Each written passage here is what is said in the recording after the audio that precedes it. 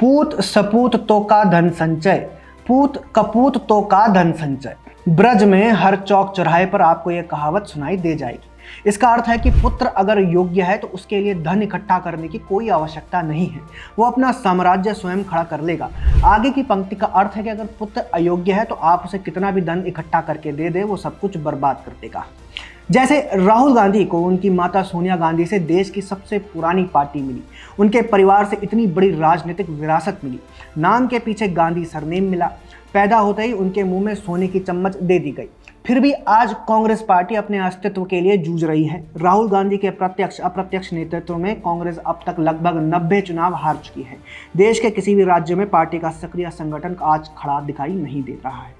कुछ समय पहले तक कांग्रेस पार्टी को परजीवी पार्टी माना जाता था, लेकिन अब प्रतीत होता है कि उसके सहयोगी दल और उसके अपने ही नेता पार्टी आलाकमान, या फिर सीधे सीधे कहें तो राहुल गांधी की अयोग्यता से उकता गए हैं।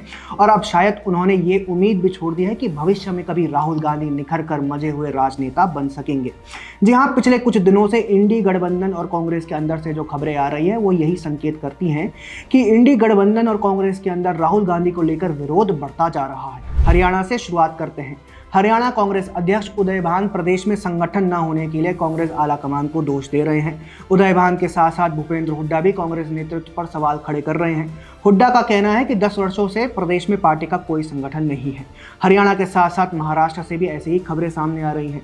महाराष्ट्र में हारने के बाद जब कांग्रेस नेताओं ने राहुल गांधी को बचाने के लिए ईवीएम पर दोष मढ़ना शुरू किया, तब महाराष्ट्र कांग्रेस के ही नेताओं ने बयान देते हुए कहा था कि पार्टी आलाकमान को बचाने के लिए ऐसा सब किया जा रहा है। राहुल गांधी के विरुद्ध विरोध की आवाजें थम नहीं रही है। जब कांग्रेस ने संसद में अडानी मामले पर हंगामा किया और सदन नहीं चलने दिया, तो कांग्रेस के लोकसभा सांसदों ने भी इसका विरोध किया था।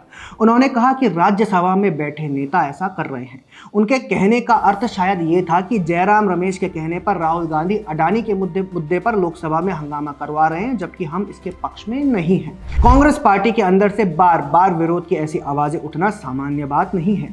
ये वही कांग्रेस पार्टी है जिसमें सोनिया गांधी और राहुल गांधी की जी हुजूरी के सिवाय कुछ नहीं होता था। अब आवाजें उठ रही हैं। इसका अर्थ है कि अंदर ही अंदर बड़ा असंतोष नेताओं के अंदर भरा हुआ है। महाराष्ट्र चुनाव के बाद पीएम मोदी ने भी यही बात कही थी। कांग्रेस में आंतरिक रूप से असंतोष बहुत ज्यादा बढ़ रहा है। उनकी आरती उतारने वाले भले आज इन खबरों को दबा के रखे, लेकिन भीतर आग बहुत बड़ी है।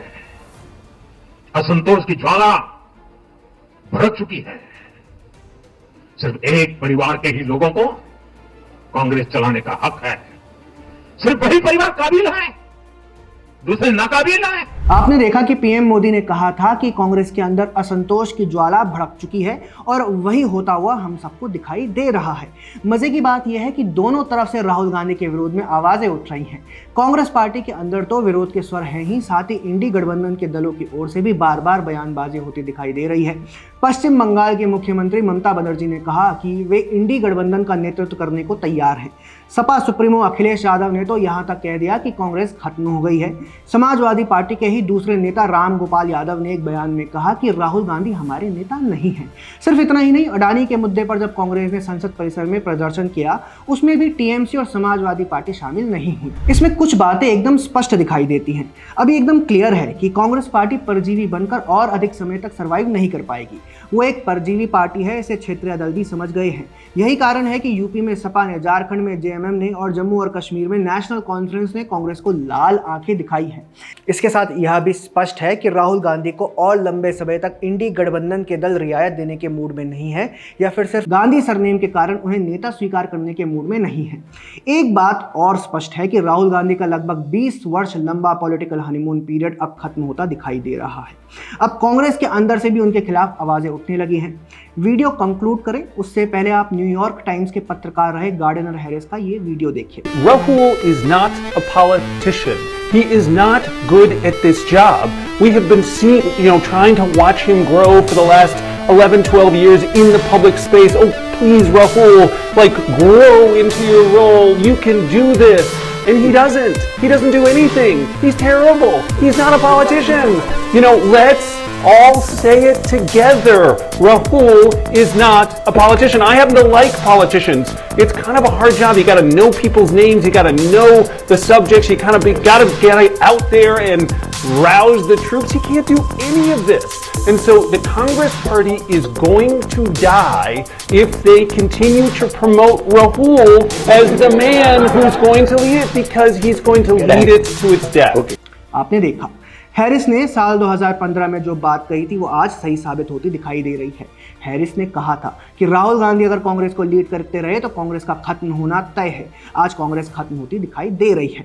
अब देखना होगा कि कांग्रेस नेता राहुल गांधी को और कुछ वर्ष का हनीमून पीरियड देकर पार्टी को मिट्टी में मिलाना चाहते हैं या फिर पार्टी को बचाने के लिए उनके विरुद्ध दबे स्वर में उठ रही आवाजें तेज होंगी।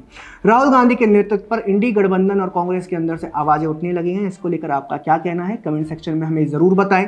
हमारा कंटेंट पसंद आया हो तो चैनल भी फॉलो कर लें। जय हिंद।